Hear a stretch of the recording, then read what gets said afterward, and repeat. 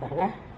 இஞ்சி பூண்டு போட்டேன், பச்சை மிளகாய் போட்டேன். இப்போது கொத்தமல்லி போட்டுடலாம். சேர்த்தாச்சு. நான் இப்போ செய்கிற ஸ்டைல் வந்து ஃபுல் சூப்பு, நம்ம வீட்டு சூப்பு மாதிரி இல்லை.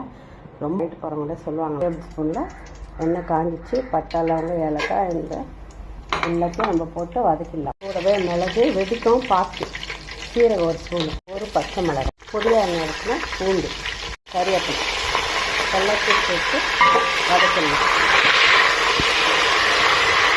கூடவே அந்த நண்டை போட்டு நல்லா எண்ணெயில் வதக்கிட்டு அரைச்சி வச்சுக்கிற வீடு அதில் போட்டு சேர்த்து நல்லா வதக்க வச்சு எண்ணெயிலே வதக்கி வச்சுக்கலாம்.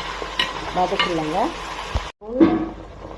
காஷ்மீர் சில்லி இப்போ இது நல்லா எண்ணெயிலே நண்டு இந்த பேஸ்ட்டு எல்லாமே நல்லா வதங்கிடுச்சு. இப்போ நமக்கு தண்ணி சேர்த்துக்கலாம். எவ்வளோ தண்ணி தேவைப்படுதோ அவ்வளோ தண்ணி சேர்த்துக்கலாம். நான் ஏன்னா கடைக்கு கேட்டிருக்காங்க.